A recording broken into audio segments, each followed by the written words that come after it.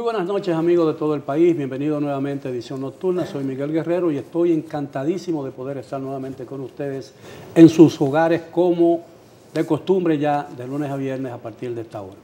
Hoy vamos a hablar de un tema que asusta a mucha gente, pero no es un tema tabú, hay que discutirlo. Se trata del problema de los terremotos.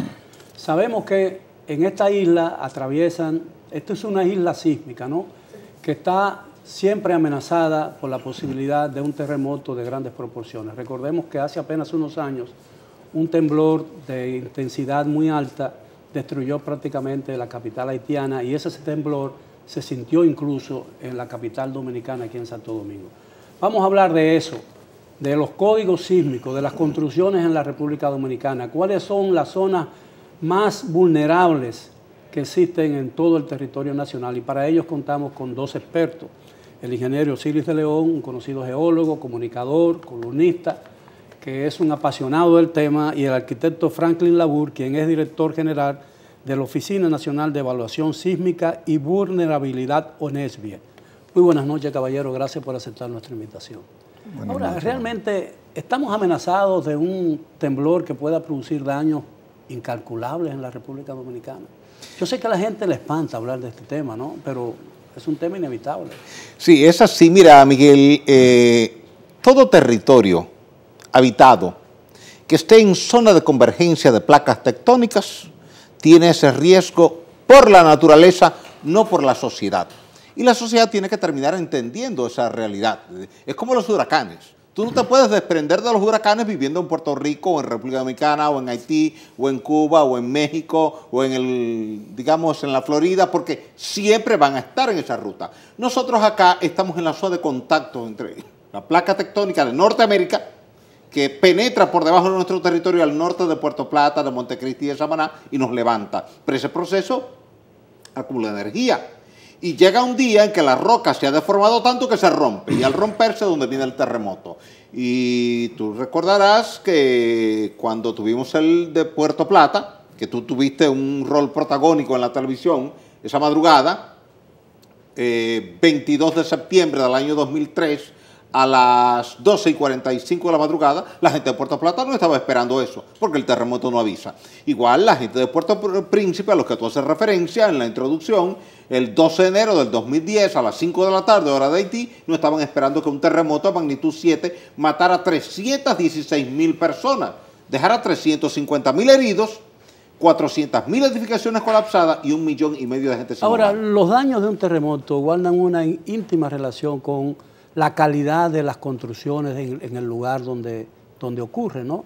Se explica lo ocurrido en Haití porque eran edificaciones endebles y muy vulnerables, pero en la República Dominicana se está construyendo antisísmicamente, ¿no? Bueno, yo me coloco sobre nuestro hermano y colega Osiris, que ahí le pondría una acotación a lo que usted plantea sobre el tema de la edificación. Y nosotros hemos asumido esto ya también como una bandera cuando tocamos el tema, que también tiene que ver, y una de las causas principales tiene que ver también sobre el terreno que fue edificada esa edificación. Ya Osiris podrá abundar con su experiencia como geólogo, como científico, en la parte que tiene que ver con el tema del suelo. Pero en lo que tiene que ver con el tema de la edificación per se, así es. La calidad de la edificación, República Dominicana cuenta con un código sísmico desde 2011, y anterior a esto teníamos una serie de normativas que ya se comenzaban a aplicar. Ahora también tenemos que saber que entre el diseño, el cálculo y la construcción hay un trecho, que está la supervisión y está también la responsabilidad. Cuando usted del constructor, ¿no? Del constructor, que ya es una responsabilidad que tiene que ser una responsabilidad social. Oímos hablar muy claro en el tema empresarial de la responsabilidad social corporativa. Nosotros estamos hablando de que en República Dominicana esa responsabilidad social corporativa para el tema empresarial tenemos que llevarla al tema de la construcción también, y darnos cuenta de que hay una responsabilidad social de todo tipo, de todas las personas que tienen que ver con los procesos constructivos en la República Dominicana, para garantizar que lo que se diseña y se calcula se aplica en la realidad. Entonces, no hay una garantía de que las edificaciones nuevas que se están realizando por lo menos en la ciudad de Santo Domingo, observan todo rigurosamente esos códigos antisísmicos? Realmente no. Y parte del hecho de que nosotros en el sector construcción tenemos todavía muchos estilos que son heredados. Pero no pasa solamente aquí, te pasa en California, te pasa en Chile, todavía te pasa en Japón. Es decir, gente que ve que tú levantas un edificio de 20 pisos en Naco y de repente piensa que puede hacerlo exactamente igual en Los Prados. Y ahí entra lo que decía el arquitecto Franklin LaBour, la diferencia en suelo. Ese edificio en Naco, sobre roca caliza, rígida, donde no se amplifica el espectro sísmico, responde bien, pero el mismo edificio en Los Prados te puede responder mal. Y muchas veces, por no tener esa experiencia, ese dominio de ese tema, se parte del criterio de que ese edificio va a responder bien porque está calculado bien en gabinete sin considerar la interacción entre el suelo y la estructura, que es la parte delicada. Pero yo veo que en la primera línea de playa se están construyendo edificios de 20 y 25 pisos en la República Dominicana. Y si hay un suelo débil, donde no hay roca debajo, ese es en la cercanía de la playa, ¿no? Pero al final todo va a depender de la metodología constructiva y cómo usted se apega a las normativas y los estudios preliminares de suelo que usted ha hecho. Hablamos del tema de suelo y Osiris le ponía ejemplos, por ejemplo, de la ciudad de Santo Domingo y de algunos sectores de la ciudad de Santo Domingo que difieren en su calidad y en su característica de suelo. Ya la ciudad de Santo Domingo, por lo menos en el Distrito Nacional, el Servicio Geológico del Estado Dominicano ha estado trabajando con el tema de estudio de microzonificación y se ha trabajado el tema de estudio de microzonificación en la ciudad de Santiago, buscando acercarnos un poquito más a conocer de manera un poquito más en detalle de las condiciones y las características de los suelos donde se edifica. Esto va a depender. ¿Qué es lo importante? De que tenemos un código sísmico que hay que velar por el cumplimiento del mismo, que ahí están las normativas que hay que cumplir, que ahí están las características de los diseños que tenemos que tener cuidado y tenemos que cumplir en ellas, porque eso nos da a nosotros un mayor nivel de tranquilidad y nos da un mayor nivel de garantía en el momento. Ahora, es responsabilidad del constructor y de las instituciones que tienen también que velar por el tema de la supervisión, porque eso se cumpla. Bueno, pero las entidades financieras de esos condominios o esas edificaciones que tienen muchos niveles hacia arriba, tienen que tener algún tipo de responsabilidad en la supervisión de esas obras, porque están siendo financiadas por dinero que aporta el público, ¿no? Y todavía que ellos son no lo garantes. tienen, pero están en el proceso de tenerlo.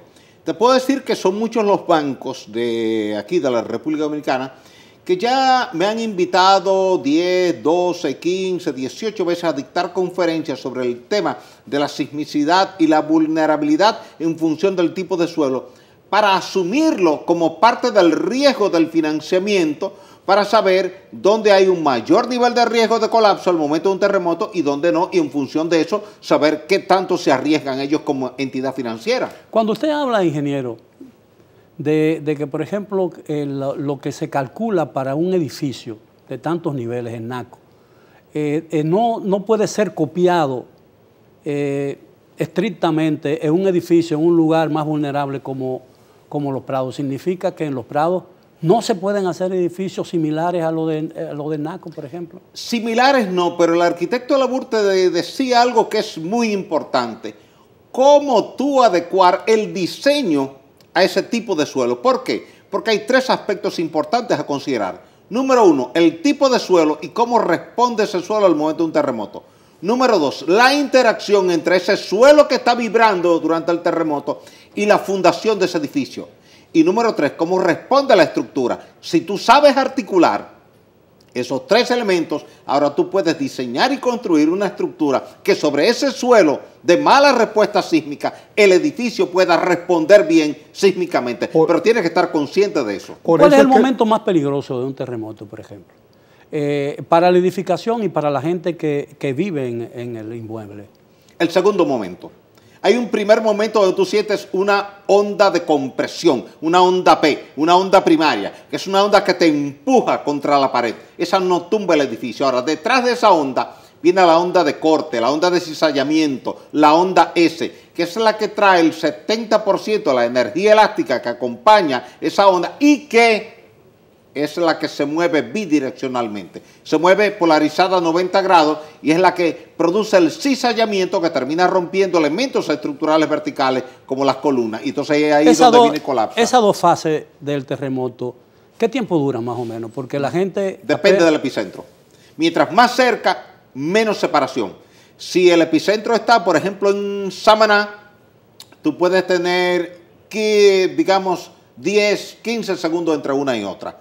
Si el epicentro está en Puerto Rico, digamos que fue en la fosa de Milwaukee, tú pudieras tener 40, 50 segundos entre una y otra. De hecho, hay sensores que se venden comercialmente, tú lo compras a través de la internet, lo instalas en tu casa y te avisa cuando llega la onda P. Entonces te da tiempo para ponerte a resguardo antes de que llegue la onda S. Ahora, dado que un terremoto pasa tan rápido, 30 segundos, un minuto parece una eternidad para un terremoto, ¿no? Sí.